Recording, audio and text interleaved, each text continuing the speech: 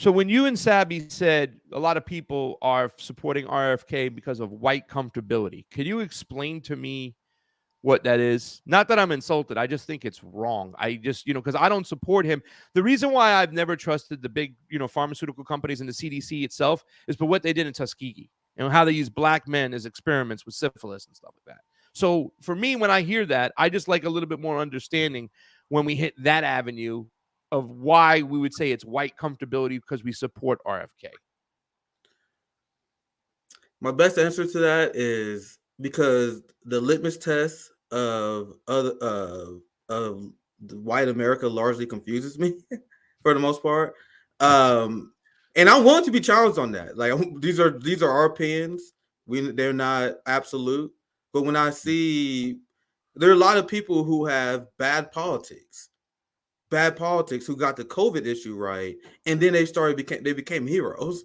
They became, even though they're hardcore Zionists, cop lovers, they hate the poor. I can name countless right wingers who became some sort of populist heroes just because they got the COVID issue right.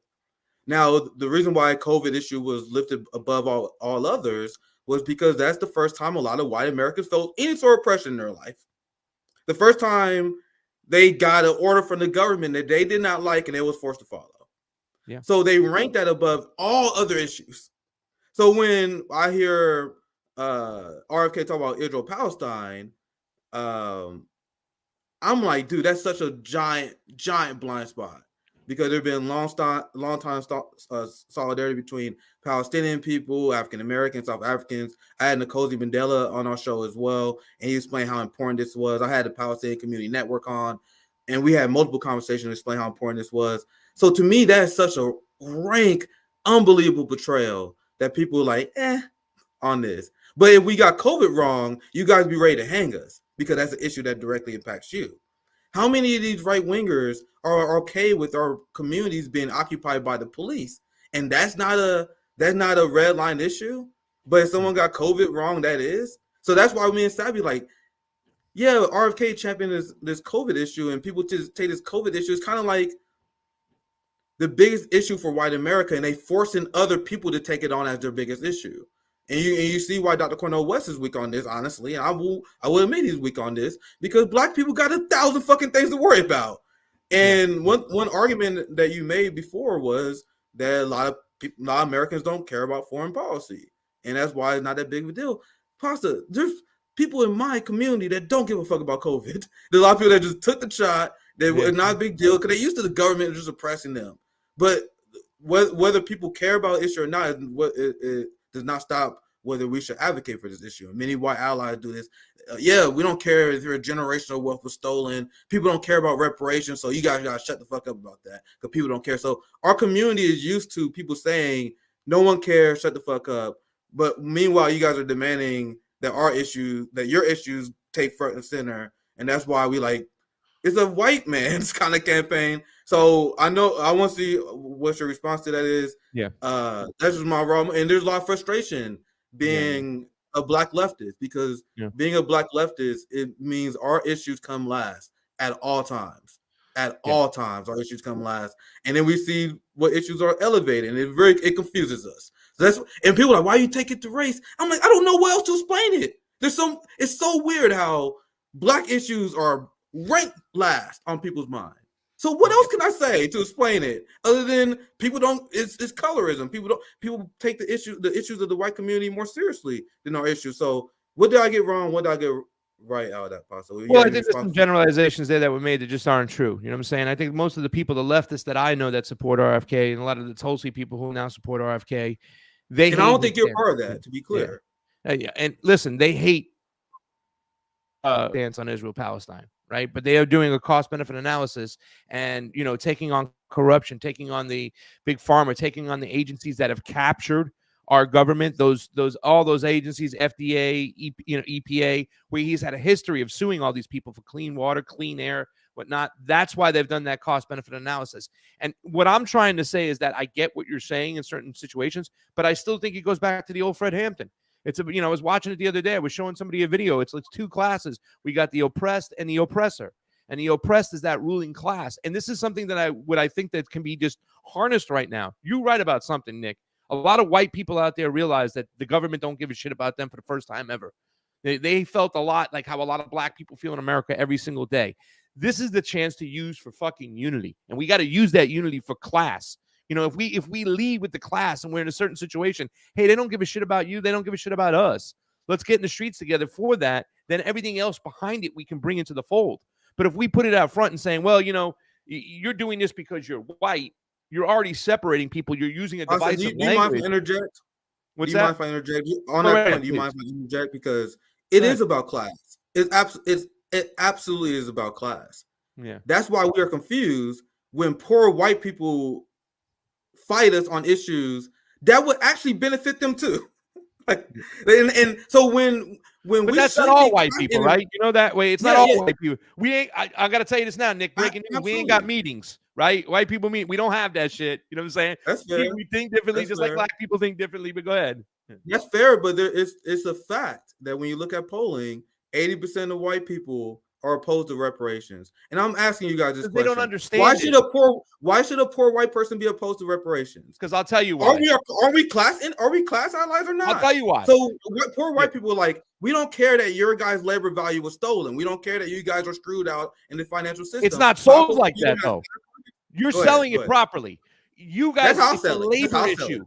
No. Well, here's the thing. You sell it properly, right? And I was against it at one point because I thought that reparations were for the punishment, of white people, what they did to black people. And I said, well, that's kind of messed up. Why do I have to be responsible for somebody who was born a long time ago? No, you sold it the right way. It's a labor issue. American descendants of slaves didn't get paid for the labor they did building this fucking country. Cut the check. But if you sell it that way, that's okay. But what does the mainstream media do? They sell it the other way. White people, you got to pay Marianne Williamson way. And that's the divisive way. I'm for reparations the way you are for reparations, not for the way Marianne Williamson's is. It's a dead hold. Yeah. It's a dead and you're absolutely right. You're absolutely right. And if we sell that right, then we can fucking make things right. I believe. And I think I think the reparation movement made a lot of progress on this. Like there are a lot of adults people I don't agree with on a lot of issues, but I love how they make it about a dead old. And I actually made the argument, and I can make it. There's so many issues where this parallels to, where you had the Democrats who take a left issue and they fuck the messaging up. That's literally what they were designed to do. The whole thing is it's a dead old. It has literally nothing to do with you guys. If you're poor and white, none of your money is going to be paid for this reparations anyway. And I could make the argument, and many reparations people make the argument that it will help the economy. If you got a white business and you're in a black community and they get reparations, where's that money going? Yeah, within the community. Do you guys know how markets work? If you inject the black community with a ton of cash, poor working white class people will benefit. And possibly, believe it or not, there are a lot of reparation activists that hate when I make that argument because they say that it had nothing to do with it, whether white people benefit or not. And they're true. When they criticize me for saying that, they say, well, why are you even saying that? It doesn't matter if white people benefit or not. And that's true. But that's why it's even more perplexing to me when we all know that if we get reparations, it will benefit poor white people too, white business owners as well. And they still oppose it. They still oppose it because they have anti-blackness. That's the only explanation I come up with. There's no reason. There's no financial reason. There's no class reason to be against it. They benefit from it. Go ahead, Pastor. Go ahead. Yeah, it's not about anti-blackness. It feels that they shouldn't have to be paying for somebody else that looks like them 5 generations ago did. They weren't around for it. That's how they feel. But that's because they put the talking heads on TV and they sell it this way. It's about America's greatest sin. It's not sold about a debt owed, about labor. It's a labor issue. And here's the thing, Nick, American descendants of slaves, some people are going to look like me nowadays, that we can find that bloodline, that lineage line, whatnot, and those people, what I'm saying? So that's why I said it's mostly going to be people who look like you, but it's for American descendants of slaves. But at the same time, too, right, we hear all these mouthpieces on the other side where I think a lot of people say, well, people in the black community, their voices is gone. Is like, I'm the oppressor and you're the oppressed. That is not the case. It's what Fred Hampton said. That ruling class. And that's what we got going on. And that's what a lot of people realize when it came to the COVID-19. There's a small percentage, 0.0001% of the people out there are the ruling class. They've had all the resources for a long time. They've had all the power at the same time. And here's the thing. This is something I think that a lot of people haven't realized is that when it came to COVID, whitey's got to go too.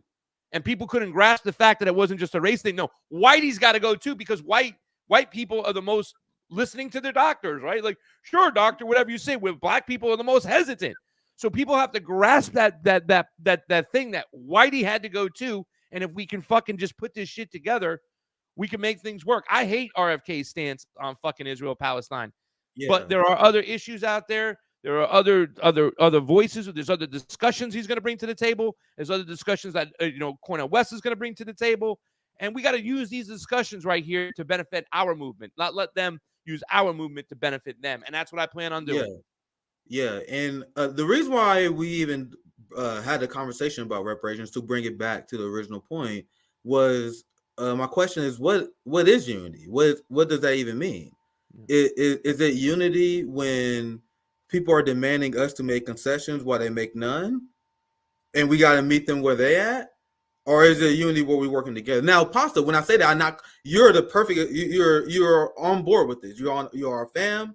You're part of this community. You got the issues right. You get all these issues right. The criticism is not of you at all. Yeah. You guys hear from them. Your reparations take is fantastic, right? I'm talking about the people that you want us to unify with, where there are a lot of these libertarian types where they just have disdain towards the policies I'm talking about that we deeply care about. And I am very clear. I'm willing to work with people on issues I care about, but I don't want to force a unification when there's class differences here, when there's a very strong differences here. But anyway, that'll be my last point. I'll pass to you on that. Well, but that's the only thing I'm worried about, because we draw hard lines there, because we got to ask the question what unity really means. Like, where do we stop? Where do we end? Where we negotiate? And as a someone who's been part of Black left for a long time, once again, you're not guilty of this. I'm not pointing fingers at you. Largely, I am condemning the Bernie left, the white Bernie Sanders progressive left, where they say, hey, we're not for reparations, but you guys got to follow us. You know what I mean? You guys see how that's not really unity? Is you guys telling us where to go. You guys telling us where our limits should go. But that'd be my last putback. I'll pass back to you, Pasta, if you want to chime in on that. Well, I know you're short on time. I appreciate you going a little bit longer. No, it's all right. I gotta get packed up and get ready for the. Like you say, I gotta hit the road. A lot of shit going on my plate, and I'm thankful that Jimmy's giving me the opportunity to go host his show. Dude, I'm excited for that. Awesome. It's gonna be good, man. Yeah, I mean, for me, it's amazing. I've been trying to get jobs, since Fiorella, got a job at RT. I've been trying to get jobs at, TED or Press TV, and nobody's been returning my calls. And with the demonetization on YouTube for almost 3 years now, it could be really hard. But this opportunity, I'm going to make the best of it. And I think I'm also make sure you guys show some support, man. Make sure you guys support Pasta on Jimmy. That's going to be a great. Me and Nick, we disagree on some things. We're fam, and we got to be careful of the generalizations. Like we talk about the libertarians. Yeah, I get it. Why they don't like reparations, and you can have a conversation with them why, and they suck on that issue, and I agree. But, they're also for freedom of speech, and they're standing up for the Uruhu movement. They're also one of the first groups back in the days that stood up for the Black Panthers to have rights for guns, that Black people should have guns. Those were libertarians. They're non-interventionists. They don't want to get involved. Ron Paul's policies about not getting involved. So there's issues we can come together. We just got to make sure that we don't generalize and we don't allow these people from different groups to speak for everybody. You know what I'm saying? Because I'm a white guy, and I can tell you a lot of those Bernie Sanders leftist people don't speak for me. Some do, but some don't. You know what I'm saying? And I got your back, but I do still feel that we have to find ways of coming together. I'm going to leave it with this much. Do you ever see the movie? There's a movie. It's so funny because there was a movie called Bobby, right? And it was about RFK Sr. And it was directed by Emilio Estevez. And it had one of the most amazing scenes in it. And it was with Lawrence Fishburne, right? Morpheus. And he did this whole scene when he was in he was in the break room, and he was one of the head chefs, and he had the day off and whatnot. And they were kind of making fun of him for being like obedient and whatnot to the, the white boss and everything like that. But he was even saying, like, he was willing to bend over backwards. And he was even saying, white people sometimes they got to feel like they got to be the great emancipator. So what? Who gives a fuck? Let them have it. As long as we get where we want to go to, that's what all that matters.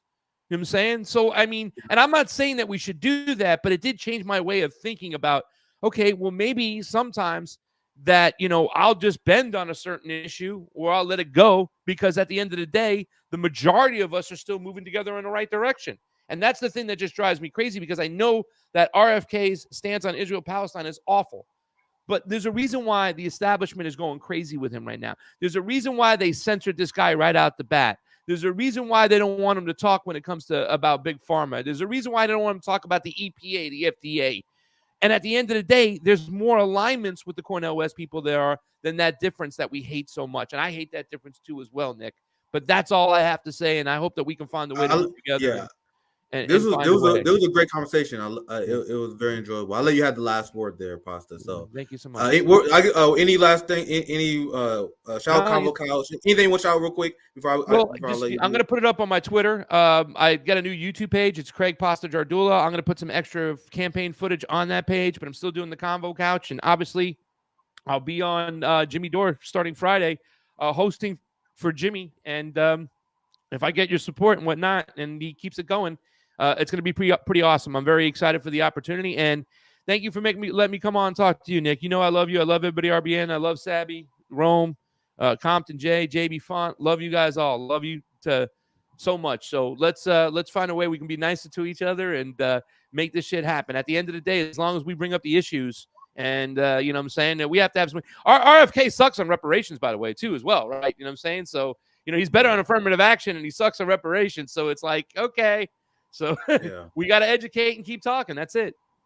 Yeah, well said, my friend. Thank you for coming on. Good luck with Jimmy, and have a safe flight. Have a good one, my Definitely. friend. See you soon. So let's get into super chats real quick. That was a great conversation. That's how I like to have it. And props to Pasta for being one of the very few people to have the balls who have a disagreement with me, because I do this all the time. There was Keith Overman. Keith Overman responded to me. All these people always yapping their jaws. All these people always talking tough. Then I'm like, dude, you want to have a conversation about this shit or not?